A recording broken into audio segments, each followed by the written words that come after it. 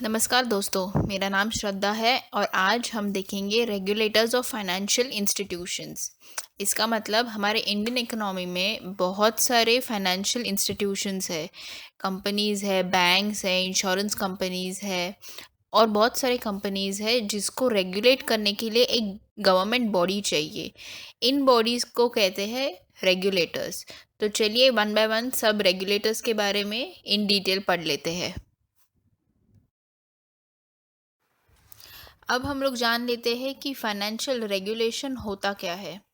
ठीक है, financial regulation जानने से पहले हम लोग जान लेते हैं फाइनेंशियल इंस्टीट्यूशंस होता क्या है। हमारे इंडियन इकोनॉमी में बहुत सारे ऑर्गेनाइजेशंस है जो फाइनेंशियल ट्रांजैक्शंस या फाइनेंस से रिलेटेड है। ये ऑर्गेनाइजेशंस है जो फाइनेंशियल ट्रांजैक्शंस मतलब डिपॉजिट्स एक्सेप्ट करते हैं, लोन्स देते हैं या फिर सिंपली एक्सचेंज करते हैं मनी। इनको फाइनेंशियल इंस्टीट्यूशंस कहा जाता है। अभी एक्सचेंजिंग ऑफ मनी जो भी है वो सिर्फ इलेक्ट्रॉनिक फॉर्म में ही होना चाहिए। मतलब चेक्स है, आरटीजीएस है, एनईएफटी है, डीडी है, पे ऑर्डर है, मतलब कोई भी ट्रांजैक्शन कैश में नहीं होना चाहिए। ये जो इंस्टीट्यूशंस है जो इलेक्ट्रॉनिक फॉर्म में ट्रांजैक्शन करते हैं इनको फाइनेंशियल ट्रांजैक्शंस कहते हैं, क्योंकि इसका रिकॉर्डिंग होता है। अब इन सब ट्रांजैक्शंस को रेगुलेट करने के लिए कोई एक बॉडी है जिसको बोलते हैं हम लोग फाइनेंशियल रेगुलेटर। ये फाइनेंशियल रेगुलेटर का जो मेन पर्पस है वो है रेगुलेट करना उनके अंडर जो भी कंपनीज आते हैं वो। जैसे आरबीआई है, आरबीआई रेगुलेट करेगी अपने अंडर जो भी बैंक्स है इंडियन इकोनॉमी में। ये जो फाइनेंशियल रेगुलेटर्स है ये none other than government bodies है। ये मिनिस्ट्री या सेंट्रल गवर्नमेंट अपॉइंट करती है फाइनेंशियल रेगुलेटर्स कोई भी एक इंडस्ट्री को मैनेज करने के लिए, रेगुलेट करने के लिए। तो अब आपको पता चल गया होगा कि फाइनेंशियल रेगुलेशन क्या है और उसको रेगुलेट कौन करता है और फाइनेंशियल इंस्टीट्यूशंस होते क्या है। तो चलिए अभी आगे देख लेते हैं कि हम लोग को ज़रूरत क्या है ये फाइनेंशियल रेगुलेटर्स की। तो पहला पॉइंट है मार्केट स्टेबिलिटी। हम लोग को फाइनेंशियल रेगुलेटर्स की ज़रूरत है, क्यों? मार्केट स्टेबिलिटी के लिए। स्टेबिलिटी मतलब स्थिरता। कोई भी मार्केट या फिर इंडस्ट्री आप बोले, जैसे बैंकिंग इंडस्ट्री है, इंश्योरेंस इंडस्ट्री है, ये इंडस्ट्रीज़ को रेगुलेटर रेगुलेट करता है। मतलब उनके ऊपर कोई रेस्ट्रिक्शंस रहते हैं, रूल्स रहते हैं, प्रोसीजर्स रहते हैं जो ये इंस्टीट्यूशंस को फॉलो करने पड़ते हैं। तो इससे इंस्टीट्यूशंस या ऑर्गेनाइजेशंस आर बाउंड कि ये सब फॉलो करे जो फाइनेंशियल रेगुलेटर उनको बोलता है। तो इससे मार्केट में स्टेबिलिटी आती है, स्थिरता आती है। इसका मतलब सभी बैंक्स या सभी इंश्योरेंस एक जैसा ही काम करेंगे। कोई भी एक बैंक कुछ अलग नहीं करेगी, दूसरा और कुछ अलग प्रोसीजर नहीं करेगी। फाइनेंशियल रेगुलेटर ने जो प्रोसीजर दिया है वही फॉलो करेगी। इससे ही मार्केट में स्टेबिलिटी रहेगी। दूसरा पॉइंट है reduction of financial frauds and crimes. ये पॉइंट बहुत ही सेल्फ एक्सप्लेनेटरी है। इससे पता चलता है कि फाइनेंशियल रेगुलेटर्स जो है वही एक गवर्नमेंट बॉडी है जो रूल्स एंड रेगुलेशंस बताएगी फॉलो करने के लिए।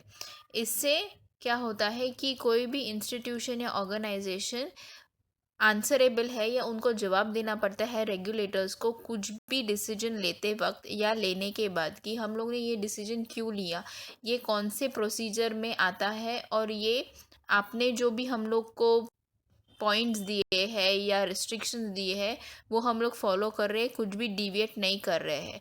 इससे फाइनेंशियल फ्रॉड्स कम होते हैं, क्राइम्स कम होते हैं।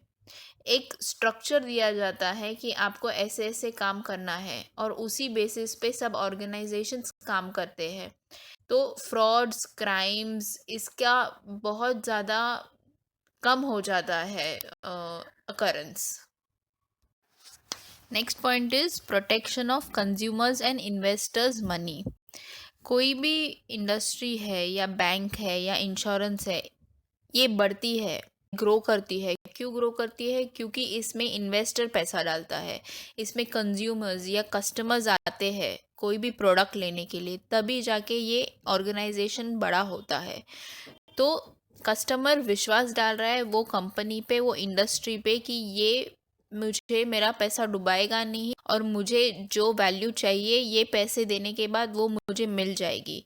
ये जो प्रोटेक्शन है, ये जो कॉन्फिडेंस है, वो हमें मिलती है फाइनेंशियल रेगुलेटर्स से।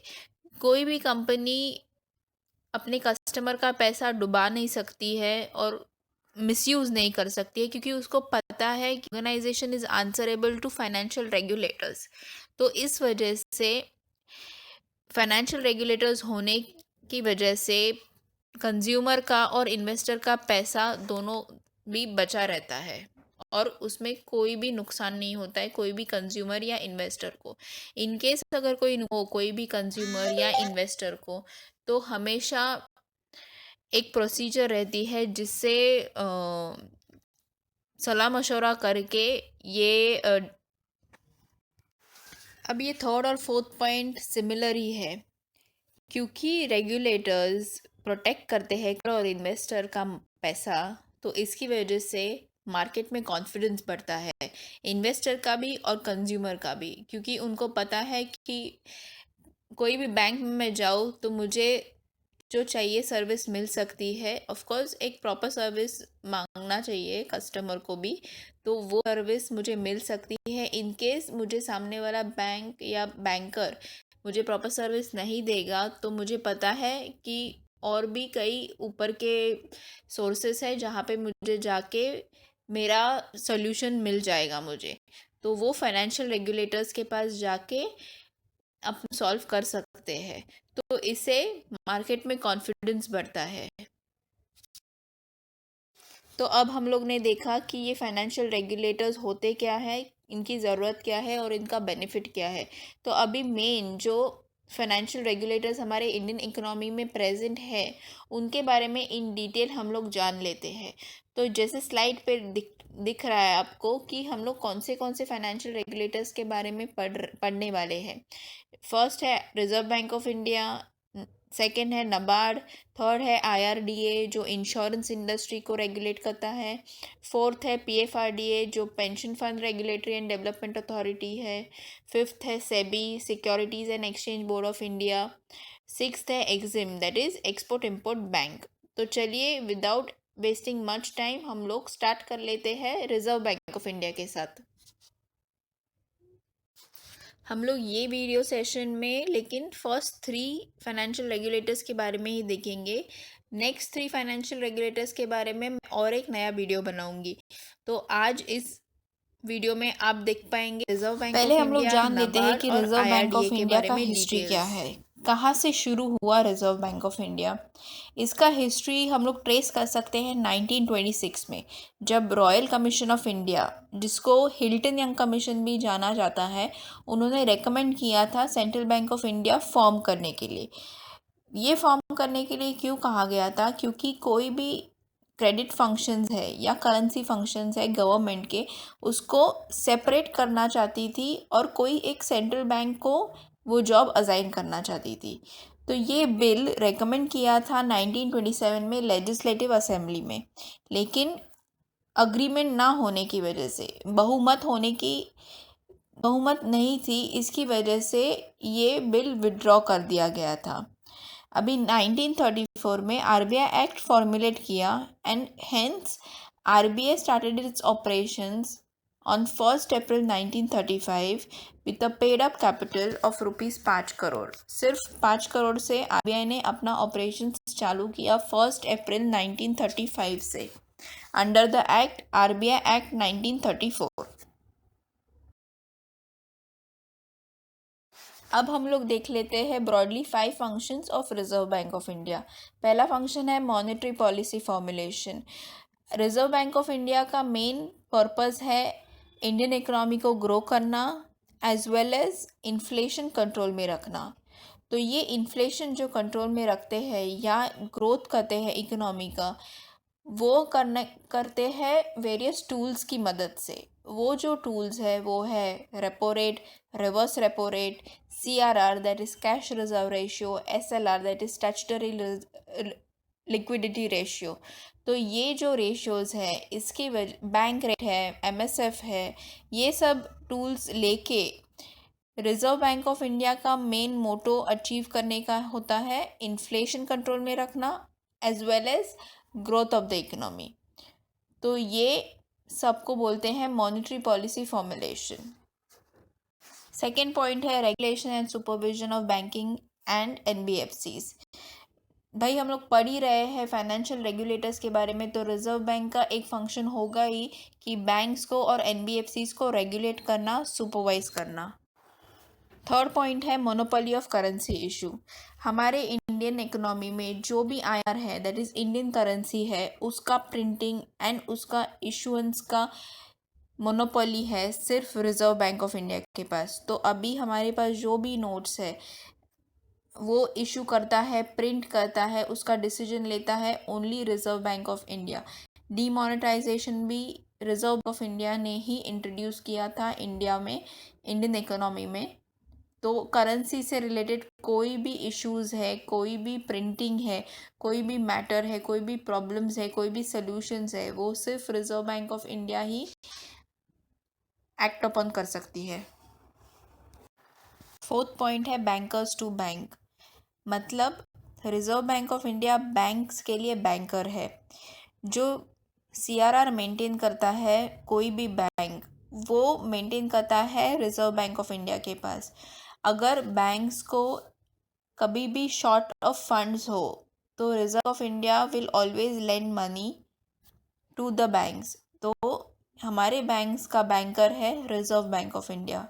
सिर्फ बैंक्स का बैंकर ही नहीं, हमारा Reserve bank of India banker है गवर्नमेंट को भी। गवर्नमेंट के अकाउंट्स, गवर्नमेंट के स्कीम्स कोई भी चलाने हैं या मेंटेन करने, सब reserve bank of India maintain करता है ऑन बिहाफ ऑफ गवर्नमेंट। तो ये है इन शॉर्ट सब functions reserve bank of India के। रिजर्व बैंक ऑफ इंडिया रेगुलेट किस किस को करता है? PSB banks, that is public sector banks, मतलब गवर्नमेंट बैंक्स। कोई भी प्राइवेट बैंक्स है जैसे एचडीएफसी है, आईसी है। फॉरेन बैंक्स है जैसे एचएसबीसी है, स्टैंडर्ड चार्टर्ड है, सिटी बैंक है।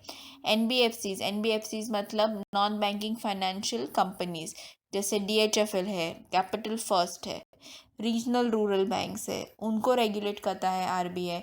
अर्बन कोऑपरेटिव बैंक्स है, उनको रेगुलेट करता है आरबीआई। तो इन शॉर्ट इन सबको, या फिर हम लोग कह सकते हैं एक पूरा बैंकिंग इंडस्ट्री को ही रेगुलेट करता है रिजर्व बैंक ऑफ इंडिया।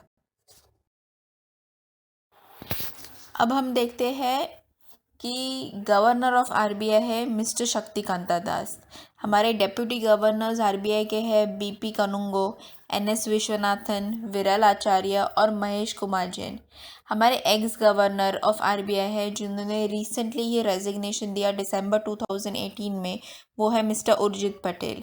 और रिजर्व बैंक का हेडक्वार्टर्स है fort, that is in Mumbai. अब हम लोग देख लेते हैं दूसरा regulator, that is NABARD. NABARD का फुल फॉर्म है national bank for agriculture and rural development. आपको नाम से ही पता चलता होगा कि ये एग्रीकल्चर एंड रूरल डेवलपमेंट के बारे में रेगुलेट करता है। जो भी एग्रीकल्चर और रूरल एक्टिविटीज़ हमारे इंडिया में है, जैसे क्रेडिट देना, ये सब एक्टिविटीज़ के बारे में रेगुलेटर है हमारा नबार्ड। इसको एस्टैब्लिश किया था on the recommendation of mister B Sivaraman committee in 1982 under NABARD act 1981। ये नबार्ड जो है वो उन्होंने रिप्लेस किया था एग्रीकल्चर क्रेडिट डिपार्टमेंट को, रूरल प्लानिंग क्रेडिट सेल को, जो आरबीआई का एक सेल था, agriculture refinance and development corporation. इसका मतलब नबार्ड से पहले ये 3 मेन सेल्स थे जो एग्रीकल्चर और रूरल एक्टिविटीज़ के बारे में देखते थे या रेगुलेट करते थे। अब हम लोग जान लेते हैं कि नबार्ड के फंक्शंस क्या है। ये एक एपेक्स बॉडी है जो क्रेडिट नीड्स देखती है एग्रीकल्चर और रूरल डेवलपमेंट ऑफ इंडिया के बारे में। मतलब हमारे किसानों को क्या ज़रूरत है, कौन से लोन्स चाहिए और कैसे टाइप के क्रेडिट चाहिए, इन सब का पूरा रिसर्च करके प्रोडक्ट्स बनाती है और क्रेडिट नीड्स को संभालती है हमारे किसानों के। अभी इसके बाद जो स्टेट कोऑपरेटिव बैंक्स है या फिर LDBs है या रीजनल रूरल बैंक्स है, ये जो प्रोवाइड करते हैं लोन्स किसानों को, इनको रीफाइनेंस कर देता है नबार्ड। थर्ड पॉइंट है, ये ट्रेनिंग भी देता है नबार्ड कोई भी इंस्टीट्यूशंस को या उसके अंडर जो भी ऑर्गेनाइजेशंस है जो फाइनेंस सेक्टर या रूरल सेक्टर में क्रेडिट दे सके। तो ट्रेनिंग की भी पूरी की पूरी फैसिलिटी अरेंज करके रखता है नबार्ड। फोर्थ है, गवर्नमेंट स्पॉन्सर्ड स्कीम्स जो है वो इम्प्लीमेंट करता है नबार्ड, और वो इम्प्लीमेंट करने के लिए इवन सबको, that is SCBs, LDBs, RRBs को इम्प्लीमेंट करने के लिए एनफोर्स देता है। तो इससे गवर्नमेंट के जो भी हित है हमारे फार्मर्स के बारे में, किसानों के बारे में, वो पहुंच जाते हैं हमारे किसानों तक थ्रू नाबार्ड। तो जैसे वेरियस स्कीम्स है, जैसे इंटरेस्ट सबवेंशन स्कीम है, नेशनल लाइफ स्टॉक मिशन है, डेयरी कोई और स्कीम्स है, वो इम्प्लीमेंट करता है नबार्ड। अब देखते हैं कि नबार्ड रेगुलेट किस किस को करता है। नबार्ड रेगुलेट करता है rural credit cooperatives, state cooperative banks, central cooperative banks, primary agriculture credit societies, state cooperative agriculture, rural development banks, primary cooperative agriculture और रूरल डेवलपमेंट बैंक्स। हमारे नबार्ड के चेयरमैन हैं mister Harsh Kumar Bhanwala, deputy managing director है mister R Amalorpavanathan and mister HR Dave, और headquarters है Bandra Kurla complex, Mumbai में। अब हम लोग देख लेते हैं और भी एक बड़ी रेगुलेटर हमारे फाइनेंशियल इकोनॉमी में, जो है insurance regulatory and development authority, that is IRDA। ये कंपैरेटिवली एक नई अथॉरिटी है या रेगुलेटर है, लेकिन बहुत ही इम्पॉर्टेंट रेगुलेटर है। ये एक ऑटोनॉमस बॉडी है जो रेगुलेट करती है और प्रमोट करती है इंश्योरेंस के बिजनेस को। सिर्फ इंश्योरेंस नहीं, री इंश्योरेंस भी। आपको पता होगा कि हमारे इंडिया में बहुत सारी इंश्योरेंस कंपनीज़ है, जैसे लाइफ इंश्योरेंस है, नॉन लाइफ इंश्योरेंस है। लाइफ के अंदर सबसे बड़ा मोनोपोली प्लेयर है LIC है, that is life insurance corporation. और नॉन लाइफ में बहुत सारे प्लेयर्स है, गवर्नमेंट प्लेयर्स है, प्राइवेट प्लेयर्स है। इन सब को रेगुलेट करता है IRDA।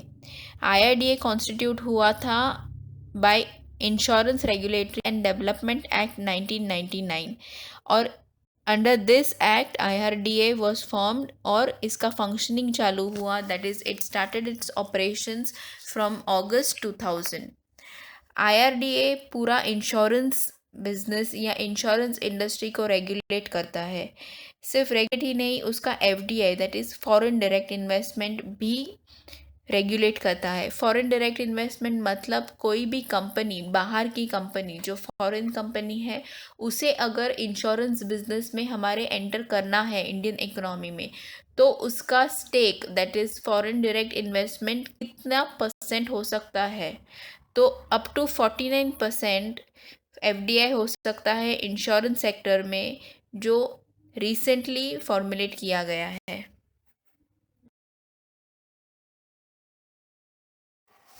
अब हम लोग देख लेते हैं कि IRDA के फंक्शंस क्या क्या है। IRDA के फंक्शंस है डिफ़ाइन किए हुए section 14 of IRDA act 1999। First and foremost function of IRDA का है इशू करना, रिन्यू करना, मॉडिफाई करना लाइसेंस या रजिस्ट्रेशन ऑफ कोई भी इंश्योरेंस कंपनी। सिर्फ इशू रिन्यूअल ही नहीं, विड्रॉ, कैंसलिंग, सस्पेंडिंग, पूरा का पूरा राइट दिया गया है insurance regulatory and development authority को। सेकंड पॉइंट है कि कोड ऑफ कंडक्ट मतलब प्रोसीजर्स सब फॉर्मुलेट करती है IRDA for the insurance companies. Training का भी पूरा का पूरा कोर्स रेडी करती है IRDA। सिर्फ ट्रेनिंग टू इंश्योरेंस एम्प्लॉयज़ ही नहीं, लेकिन एजेंट्स को भी जो इंश्योरेंस कंपनीज के प्रोडक्ट सेल करते हैं। थर्ड है inspecting insurers and intermediaries and other relevant organisations, मतलब पूरी की पूरी जांच रखती हैं IRDAI इंश्योरेंस कंपनीज के ऊपर भी और एजेंट्स के ऊपर भी। फोर्थ है पॉलिसी होल्डर का इंटरेस्ट और कॉन्फिडेंस बनाए रखना, क्योंकि ये बिजनेस और ये इंश्योरेंस इंडस्ट्री है पॉलिसी होल्डर्स की वजह से ही, तो इसकी वजह से पूरा का पूरा इंटरेस्ट कॉन्फिडेंस मेंटेन करती है insurance regulatory and development authority of India. और कोई भी डिस्प्यूट्स है इंश्योरर्स और इंटरमीडियरीज या इंश्योरेंस कंपनीज के बारे में, उसके बारे में भी पूरा डिसीजन लेती है और पूरी जांच करती है IRDAI। IRDAI का कॉन्स्टिट्यूशन है 10 मेंबर्स का, उसमें एक चेयरमैन, 5 फुल टाइम डायरेक्टर्स और 4 पार्ट टाइम मेंबर्स अपॉइंट किए जाते हैं गवर्नमेंट ऑफ इंडिया से। हमारे IRDAI के चेयरमैन है मिस्टर सुभाष चंद्र खुंटिया। हेडक्वार्टर्स है हैदराबाद तेलंगाना में। और आपको जैसे पहले बताया था मैंने, IRDAI रेगुलेट करता है government insurance companies, private insurance companies, GIC और कोई भी री इंश्योरेंस कंपनीज को। तो दोस्तों ये थे हमारे 3 मेन फाइनेंशियल रेगुलेटर्स, और 3 फाइनेंशियल रेगुलेटर्स भी मैं जल्द से जल्द लाऊंगी हमारे दूसरे वीडियो में। And thank you guys, God bless you all.